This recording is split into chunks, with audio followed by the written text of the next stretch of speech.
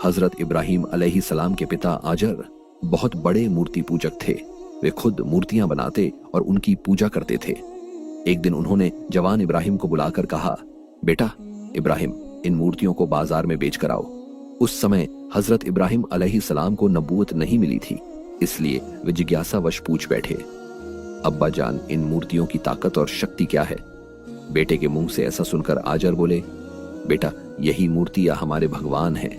इन्होंने ही आसमान, जमीन और पूरी दुनिया बनाई है, यहां तक कि हमें भी, इसलिए हमें इनकी पूजा करनी चाहिए।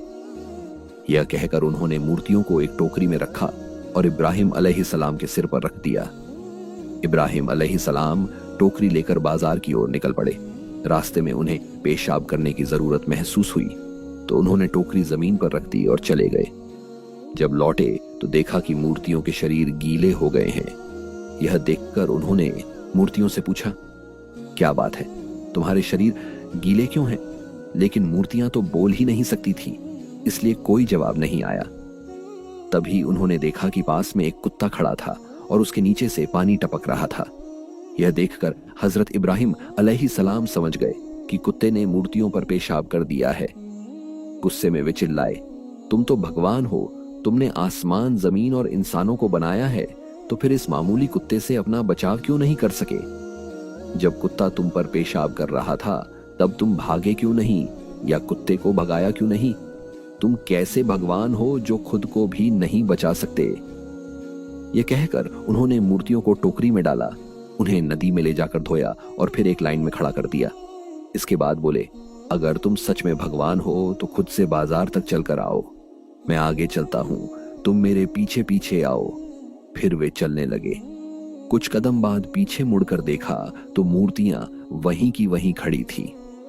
तब हजरत इब्राहिम अलैहिस्सलाम और भी गुस्से में आ गए और बोले, तुम किस चीज के भगवान हो? तुमने इतने सुंदर इंसान बनाए हैं, जमीन बनाई है, आसमान बनाया है, तो फिर तुम खुद चल भी नहीं सकते।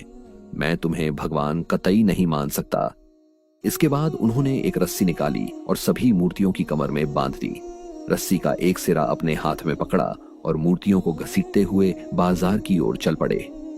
काफी समय बाद जब वे बाजार पहुंचे तो देखा कि मूर्तियों की हालत बहुत बुरी हो चुकी थी। किसी का हाथ टूट गया था, किसी का पैर और किसी का सिर। फिर भी वे उन्हें बेचने के लिए बैठ गए, लेकिन घंटों बैठने के बावजूद एक भी मूर्ति नहीं बिकी, क्योंकि भला टूटी हुई मूर्तियां कौन खरीदता। आखिरकार हजरत इब्राहिम अलैहिस्सलाम उन मूर्तियों को टोकरी में डालकर घर लौट आए। घर पहुंचने पर उनके पिता आजर ने पूछा, क्या बात है, तुमने तो एक भी मूर्ति नहीं बेची?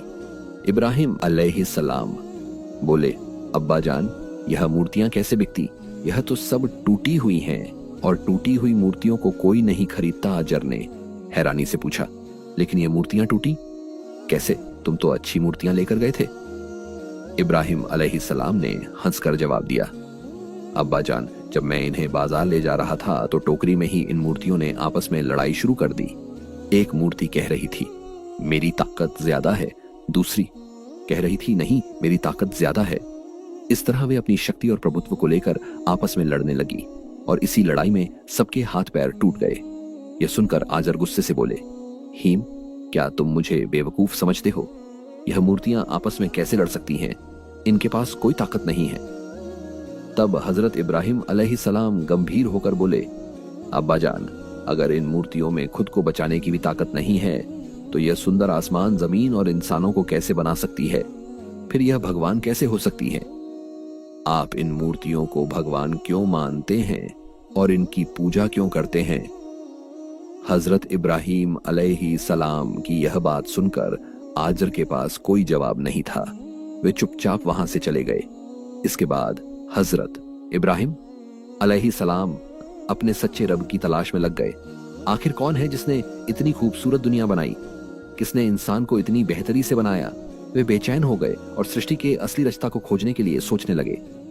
एक दिन गांव के लोग उनके पास आए और बोले, इब्राहिम, हमारे गांव में बहुत बड़ा मेला लगा है, गांव का हर इंसान वहां जा रहा है, तुम्हें भी जाना होगा। हजरत इब्राहिम अलैहिस्सलाम ने शांत स्वर में जवाब दिया, मैं बीमार हूं, इसलिए मैं मेले में नहीं जाऊंगा, तुम लोग जाओ। हालांकि वे शारीरिक रूप से पूरी तरह स्वस्थ थे, लेकिन अपने रब की तलाश में वे अंदर से बेचैन और परेशान थे। गांव वालों ने कहा, ठीक है इब्राहिम, जब तुम मेले में नहीं जा रहे हो तो हमारी इन मूर्तियों की देखभाल करो। हम 3 दिन बाद लौटेंगे। इन दिनों में कोई चोर हमारी मूर्तियों को चुरा ना ले, इसलिए तुम इनकी रखवाली करना। यह कहकर गांव के सभी लोग मेले में चले गए। जब पूरा गांव खाली हो गया तो हजरत इब्राहिम अलैहिस्सलाम मूर्तियों के उस घर में दाखिल हुए। सोचने लगे, मेरी कौम के लोग इन मूर्तियों को भगवान मानते हैं और इनकी पूजा करते हैं। चलो देखता हूं क्या मुझे इस सुंदर दुनिया का सृजनहार यहाँ मिल सकता है। उन्होंने चारों ओर देखा। वहां सैकड़ों मूर्तियां थी, कुछ छोटी, कुछ बड़ी और कुछ इतनी विशाल कि देखकर हजरत इब्राहिम अलैहिस्सलाम हैरान रह गए। हर मूर्ति के सामने फल और तरह तरह के भोजन रखे थे, लेकिन कोई भी मूर्ति उन्हें खा नहीं रही थी। उन्होंने गौर किया कि हर मूर्ति का मुंह खुला हुआ था। किसी के 10 हाथ थे, किसी के 8, किसी के 12 ही, किसी के हाथ में भा था, किसी के हाथ में तीर। हर मूर्ति का आकार अलग था और बहुत बारीकी से तराश गई थी। तब हजरत इब्राहिम अलैहिस्सलाम उन मूर्तियों से बोले, क्या बात है, मेरी कौम के लोग तुम्हारी पूजा करते हैं, तुम्हें भगवान मानते हैं, कहते हैं कि तुमने यह सुंदर दुनिया बनाई है, इंसानों को बनाया है, तो फिर तुम यह खाना क्यों नहीं खा रहे? तुम्हारे सामने इतने तरह तरह के व्यंजन रखे हैं, इन्हें खाओ। वे बार बार मूर्तियों से यही कहते रहे। उन्होंने अपने हाथ से थालियां उठाकर मूर्तियों के मुंह के पास ले जाकर कहा, लो खाओ, लेकिन कोई भी मूर्ति नहीं खा सकी।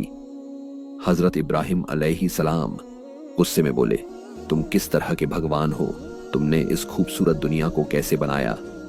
तुम तो खुद से हिल भी नहीं सकते, तुम्हें तो इंसान बनाता है, फिर तुम इंसानों के भगवान कैसे हो सकते हो? तुम्हारे सामने इतने स्वादिष्ट व्यंजन रखे हैं, लेकिन तुम्हें इन्हें उठाकर खाने की ताकत तक नहीं, और यह दुनिया तुमने बनाई, इसे मैं कतई नहीं मानता। यह कहकर हजरत इब्राहिम अलैहिस्सलाम ने एक कुल्हाड़ी उठाई और मूर्तियों को तोड़ना शुरू कर दिया।